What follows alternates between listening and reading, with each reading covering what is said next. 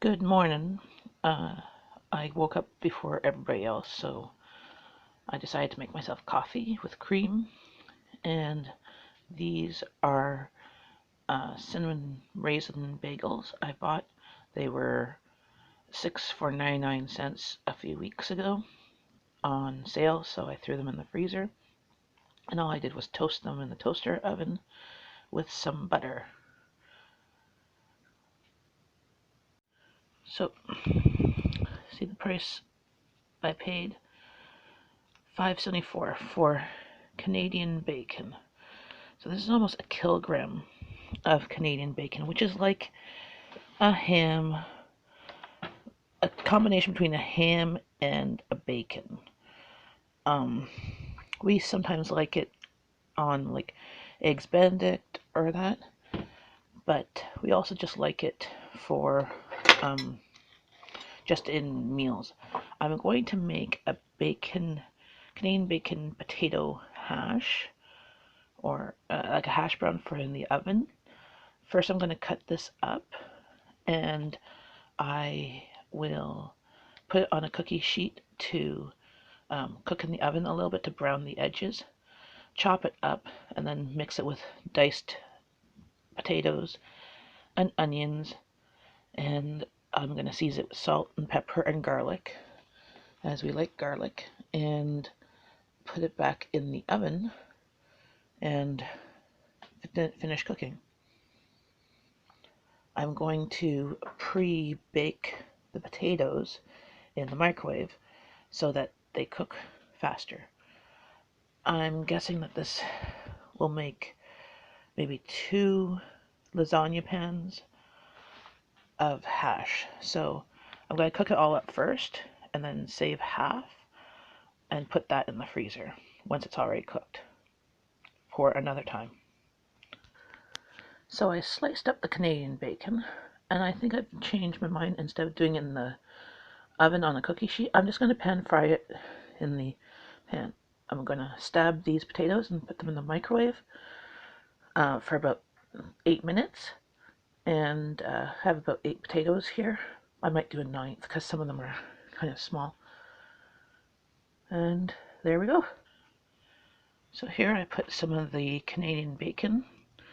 I'm not going to fully cook it.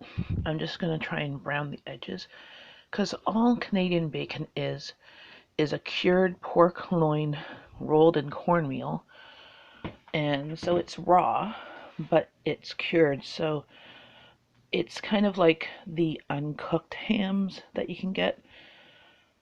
And since I'm not planning on eating the Canadian bacon straight from the pan, otherwise I'd make sure it was fully cooked, and I'm going to continue cooking it in a lasagna pan with potatoes and onions in the oven. I don't want to get too dry, but I do want to get some nice color around the edges.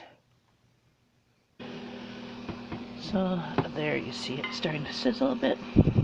I did not put any oil in my pan because I figure that the pork is going to have enough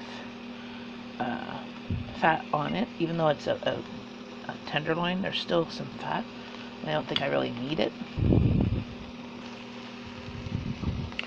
Now I think I'll flip. That's starting to go beige, not quite at the back. I want to get a little bit of color.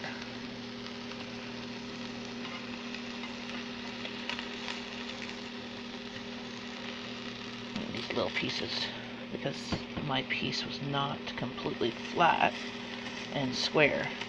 Some of these pieces are like little chunks.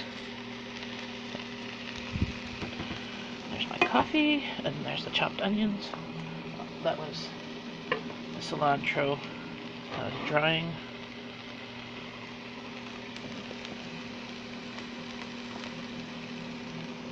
And they're drinking my coffee.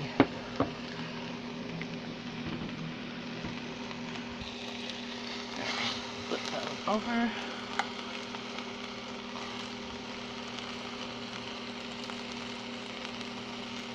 This one, and oh, you hear the beeping in the background. That's the microwave. Saying hopefully the potatoes are done. I'll go check on them. Probably not. I just have to probably turn them over and then put them on for another few minutes. There, let that cook a bit more. The potatoes weren't done, so I put them on for another 5 minutes. The little ones were starting to get soft. It all depends on how many potatoes you cook at once to how fast they cook.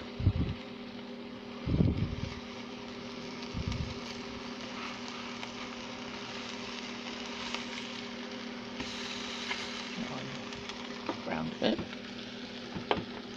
Because I'm not looking to fully cook these, I'm just looking to get them browned a bit.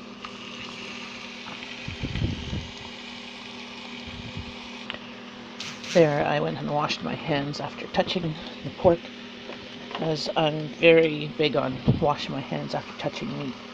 So I tend to sometimes wash my hands, 2, 3, 4 times in a meal prep. So it all depends what I'm touching. That's why I always cut my veggies first on my cutting board, and then I do meat on the same one, or I have 2 cutting boards. And I have a dishwasher, so I throw the cutting boards in the dishwasher and it completely sterilizes them. If they get stained, I'll have them sit in the sink with a little bit of bleach and water too, because last thing you want is cross-contamination. I haven't gotten my family sick yet, knock on wood, so we're good there. I'm going to put a splash of olive oil down because they're not as fatty as I thought they were. So they're starting to stick on the previous piece's cornmeal. So the last thing I want is things to really stick.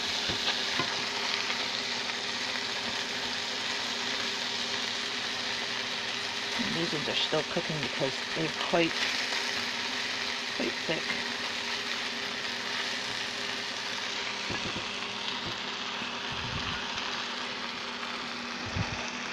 And another tip with meat when you're cutting it, if you can cut meat when it's slightly frozen, you will get better cuts. When it's already raw and defrosted, they tend to be misshapen sizes. You can't get even cuts. As these 2 pieces are thick on one side and thinner down, and these ones are flat. And there's that first batch and a half, and then here's the second batch I just put in. And let that cook, and I'll cut the potatoes. So here they're getting nice and brown, and what I'm going to do is I'm going to throw the onions in here after this to try and get all the nice stuck on bits. And here's my potatoes. I'm cutting them up on a new cutting board, and then I buttered a lasagna pan, and I'm going to put those in here. And there we go, put the onions in here. I'm going to put a tiny bit of water to help get that stuff off the bottom. There we go. And that'll help cook the onions and get the stuff off the bottom and give it a nice color and flavor.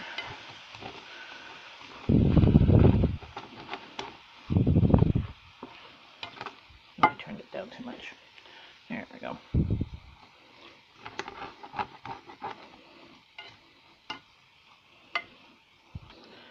So there's the diced potatoes. I had just cut them in half, and then I did slices.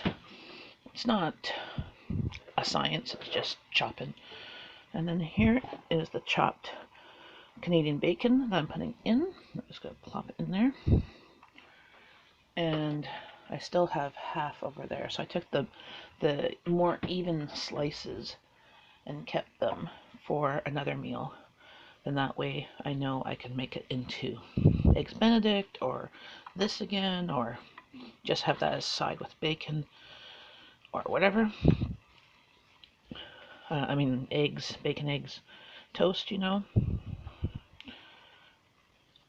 There we go. And then here's the onions. They've got nice color. There's now a nice, like, all the stick parts, all that flavor is off the pan. So now I'm going to put that in.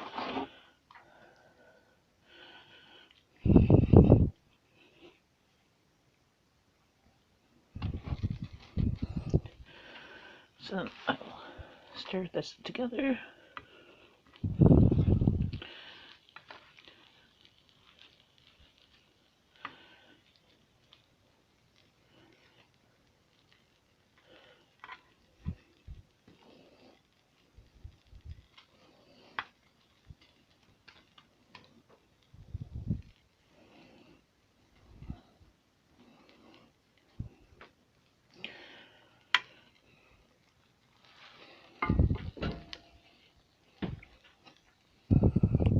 So my secret ingredient that I put in any hash browns I make is just dried chicken broth powder. I get the no MSG stuff. I just put it back into this container since it's already had it before. As I've worked in a diner and they used to make their hash browns, and their seasoning for on top they would just sprinkle with chicken soup powder, and it really brought out the flavors of the potatoes. You don't put a lot, but my family likes garlic, so I'm gonna sprinkle garlic,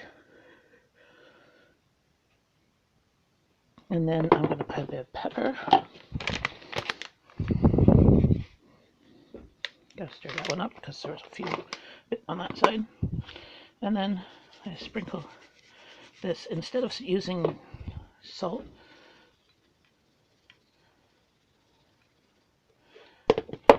And then I'll stir it all up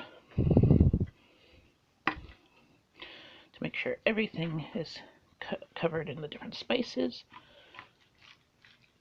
So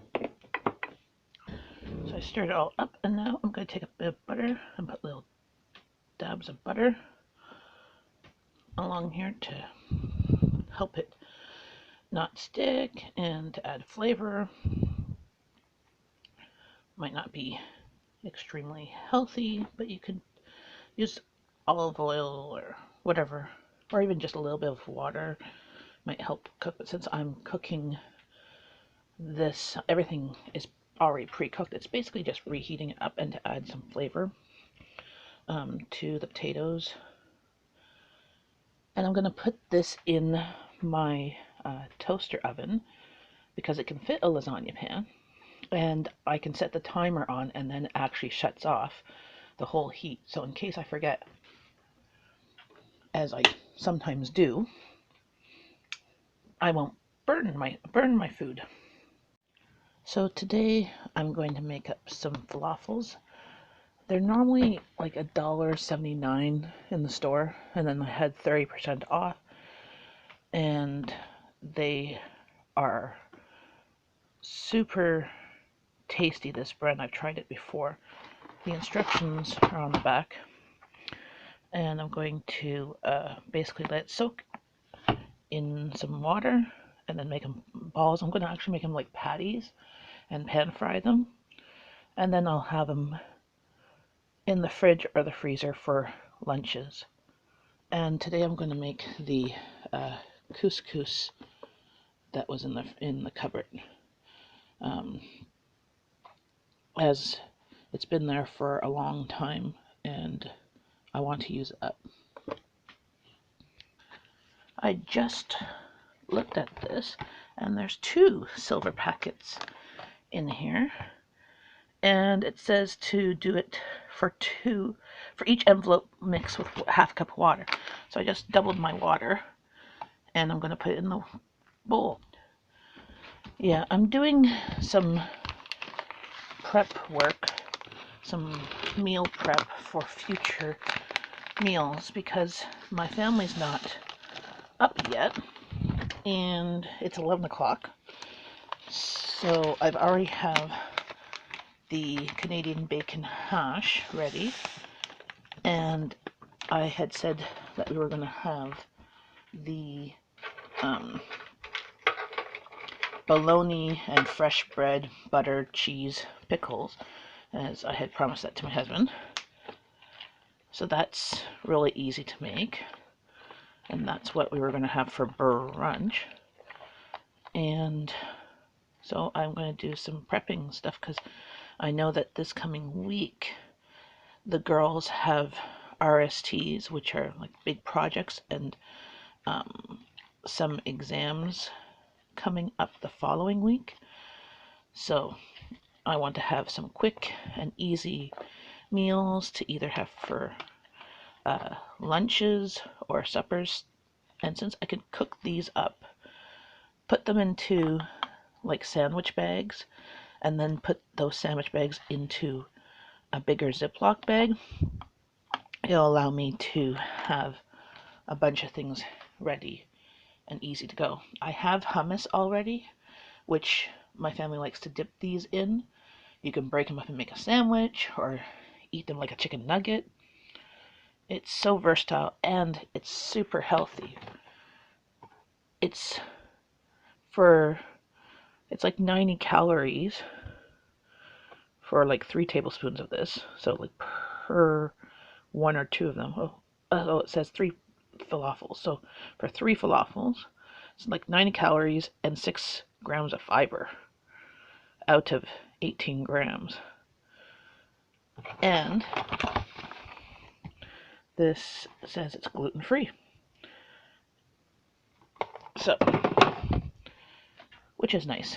Not that my family needs to eat gluten-free, but I do find that when we do eat gluten-free, it seems to be healthier, or at least for me, I tend to lose a little bit of weight when I don't eat wheat, but I really do like bread. And here is the wild forest mushroom couscous. My kids don't like couscous, so they're probably not going to eat this unless I hide it in a salad once I cook it. But see, it's all like dehydrated mushrooms and couscous.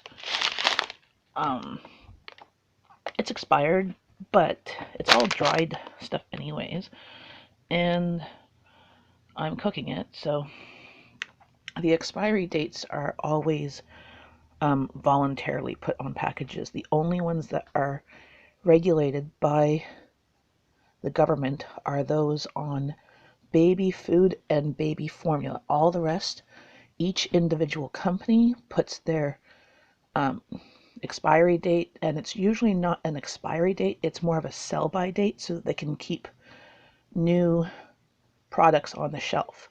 Otherwise, things like this where it's literally dried and dehydrated, it's good for years past the sell-by date that's on the package. It's always best to look at the package when you open it, smell it, taste it. If it tastes fine, then it's fine.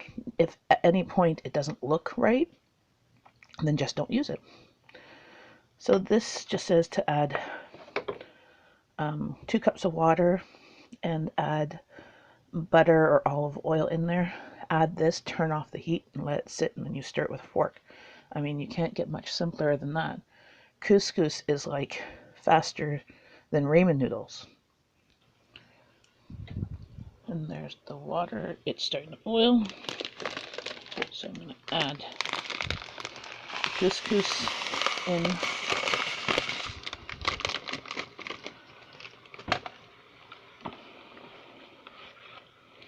And stir that in. It smells good. See, I don't like mushrooms, but it's a texture thing. So I'm wondering if I wouldn't mind these mushrooms. Or if they're small enough pieces, I won't care. I think that's been my worries of making it. But I know my husband loves couscous, and he likes mushrooms, so the two things going together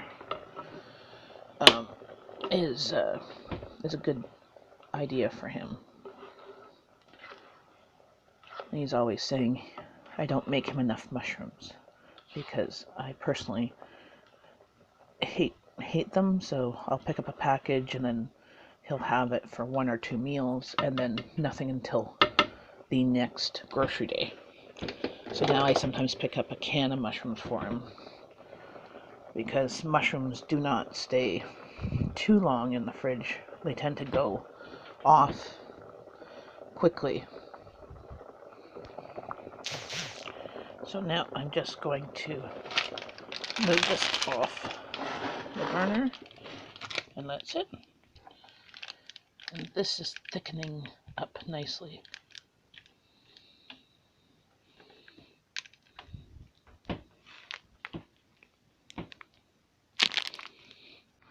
My husband really likes this bologna, as it's not too salty and stuff than the deli meat that we get at the store.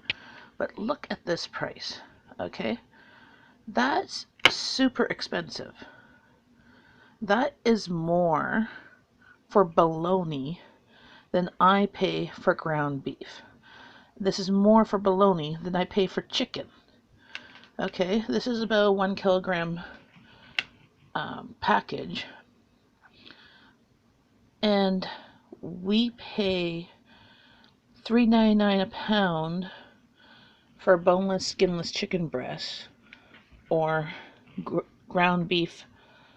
That's my go-to price. Anything less than that, I'll pay for those 2 items, and that's $8.80 a kilogram.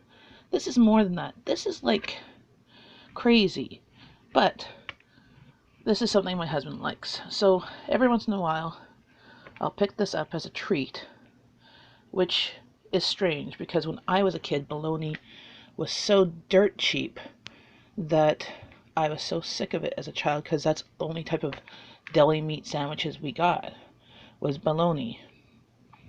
So I'm going to cut this up into thick slices, and I'm going to cut up fresh bread and some marble cheese, and we're going to have liverwurst and the Canadian bacon hash browns. My one daughter doesn't like bologna much. She'll have like a piece, but she really wants to have eggs, so she's gonna fry herself up a couple of eggs. But look at this price. Isn't that crazy? I can't seem to get much cheaper than that either. Even if I buy the actual deli meat ones that are already sliced, the cost is about $5 for about a 2 to 3 inch chunk, which isn't very much. It barely feeds us as a meal, which I just think is outrageous.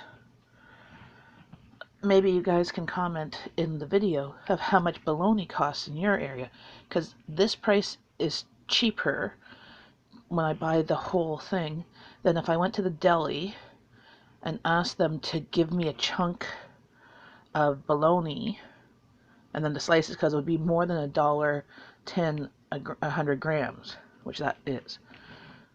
It would be like 2 something. So I mean, think of that as like $20 a kilogram, which is just like crazy. So I'm going to cut this all up. I'm going to put half of it away, I think. Depends on how much my husband really wants. I'm going to have like 1 piece. I'm not a big bologna fan, but he likes it, so I'll probably put the other half into a Ziploc bag and put it in the freezer so he can have it again next time I have fresh bread. So here is the bologna. It's in about 1/2 inch slices. That's what my husband likes. And then this is our cheese. They come into like 400 or 450 gram bars, and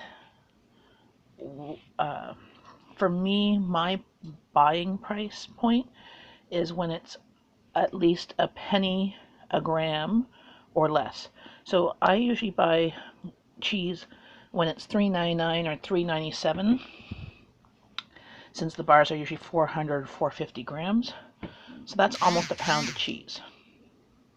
I think a pound is 4.54. So when it's $3.99, that's when I buy it. Its normal price here at most stores are like $5.99, sometimes $6.99, and I'm just not buying cheese when it's that price.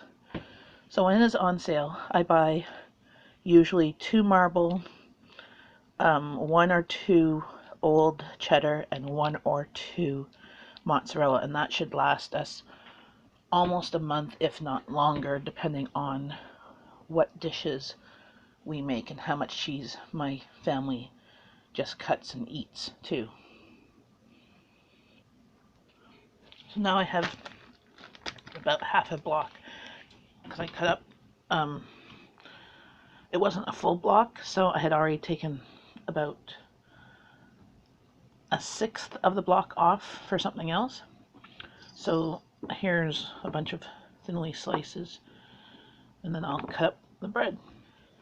So here's the Italian loaf that I picked up at the store, and I paid $1 for it. My husband likes the baked bread from the store versus my bread, but I don't think I've found a recipe that's fluffy enough for him to like. Usually my recipes tend to be a little bit denser. The last batch of bread I made from the video from Big Family Homestead, it was really good, but it was not as what my husband wanted. He wanted like the Italian bread with the crispy crust and soft, fluffy, airy inside. So I'm going to try the one in Amanda's video. I think it was day 4 of her video diary of her days, where she was doing, I think it was Linda's Pantry's bread making recipe. I'm going to try that sometime in the near future, as apparently I'm dreaming about bread. So that is my goal. I'm going to cut this up and put it on the tray, and then brunch will be ready. And there's the bread all cut up. And this is how our butter is. It doesn't come in individual sticks like you have in the States. It comes as one big huge pound of butter, and then I just have it in a plastic container to use. So there's the bologna, the cheese, the whole bread buttered, and then I'm gonna have some liverwurst. And here is the Canadian bacon, potato, and onion hash, or bake, or whatever you'd like. We're gonna have that with some of the bologna, meat, and cheese, probably some olives and pickles. No real vegetables for lunch, but we will have some for supper, and we might have some veggies and dip for a snack later on. And I'm sure there's going to be some leftovers of this for tomorrow. But that is what we're having for lunch right now. Oh, and look at the couscous, mushroom couscous. It's perfect. I'm going to put it in a container and put it in the fridge. And the falafel mix is almost thick enough. I might have to add a little flour in here, because I think I added too much water. So then it won't be gluten-free, but if you could add a gluten-free flour and it would be gluten-free again. Hi guys, tonight I'm going to make a Thai red curry shrimp soup. But instead of shrimp, I'm going to use these shrimp balls that I have in the freezer, as I want to use the shrimp for a Vietnamese roll this week coming up.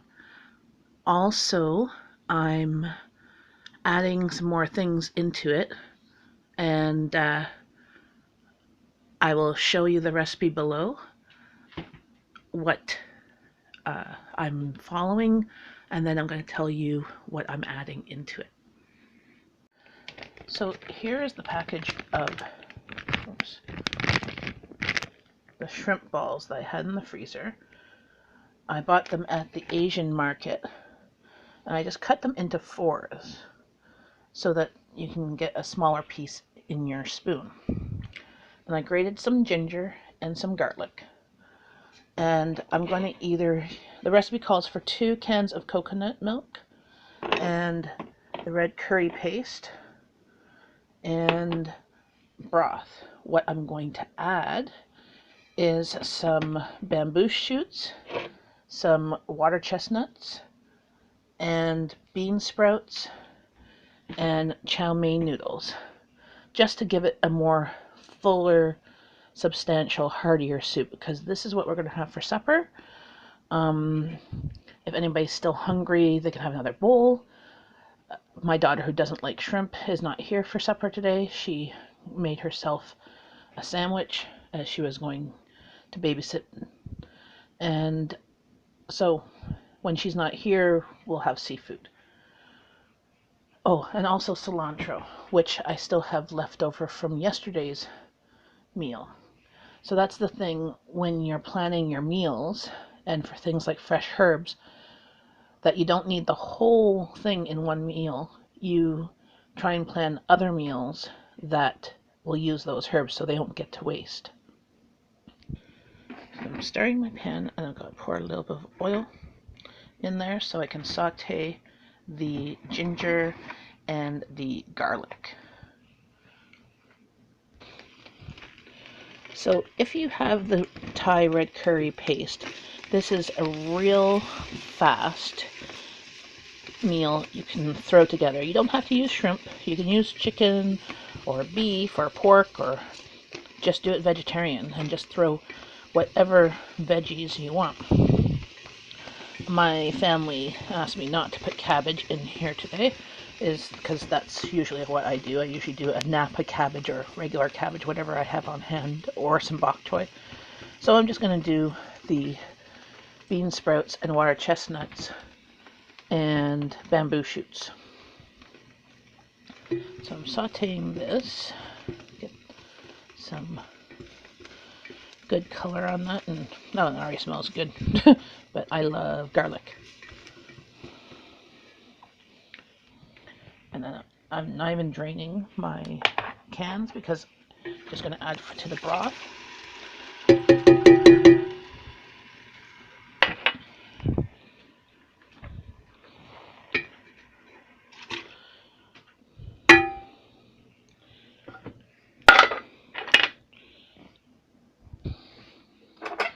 So now I'll start with 1 big tablespoon of paste and see how it is spice-wise, because you never can tell until you taste it.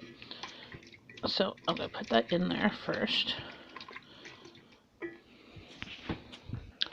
And then I'm going to put the chicken broth that I didn't can, because I made 8 liters and my canner could only hold 7 jars, so this one was in my fridge.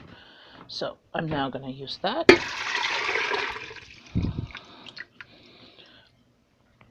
And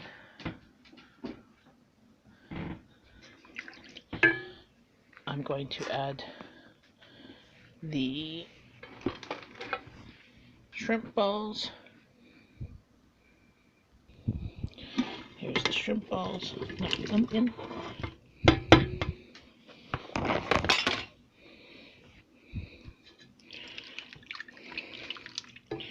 And then the can of coconut milk.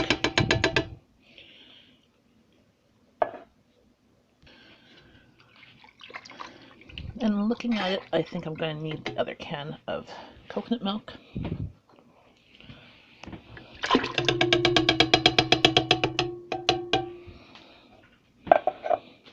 And I think think it's going to need at least another spoonful. It's not even the right color yet.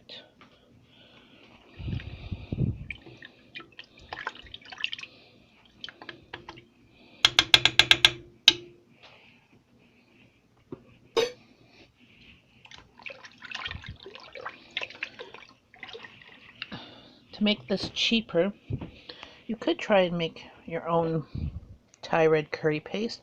I'll put a link in the video as well of how to make your own from scratch, but I find that when it's already pre-made, it just tastes better, and I don't have to try and keep it for a longer period of time. While the stuff that they make, it seems to last fine in the jar for a long time in the fridge. Now let's see how this tastes. It's a new spoon.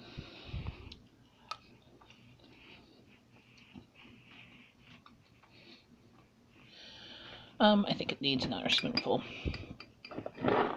of sauce.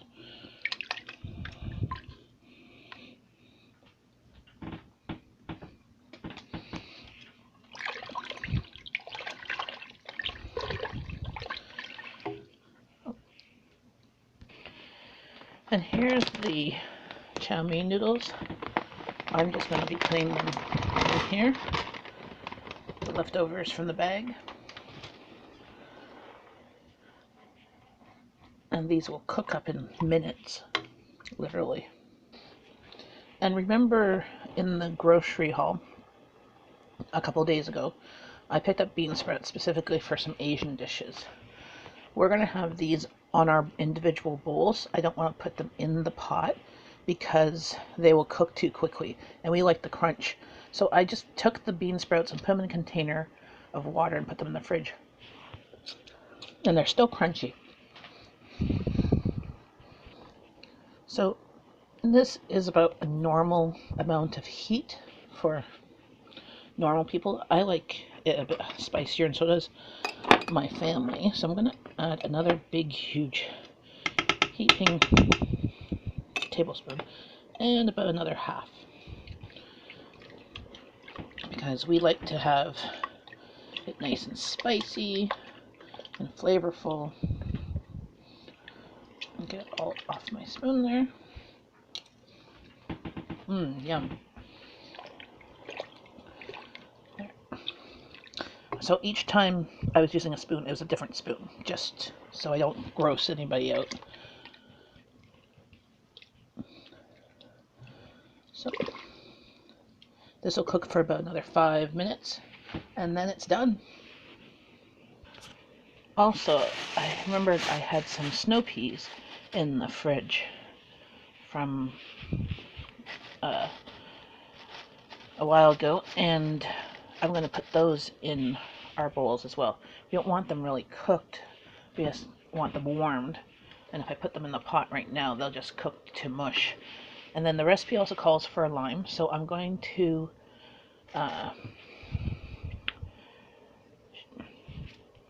zest the lime in the pot now, and then I'm going to squeeze the juices in right when it's done cooking.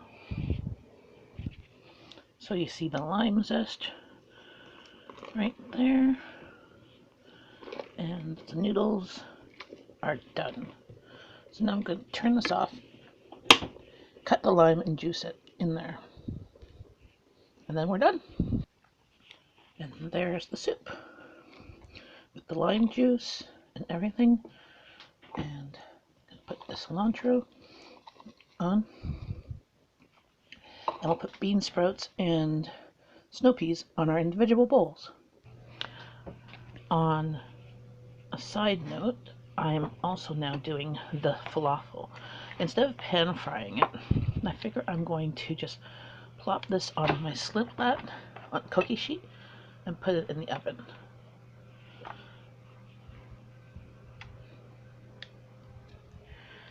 So I could fit 6 on this cookie sheet.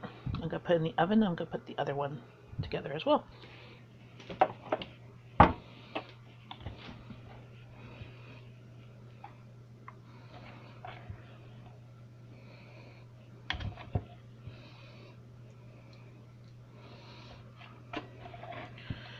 This isn't the most authentic way to do it.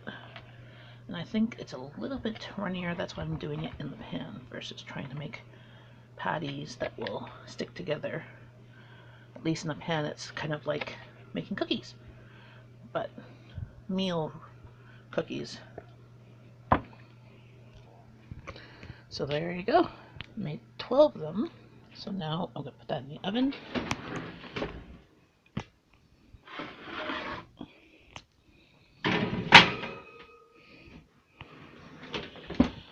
And that's it.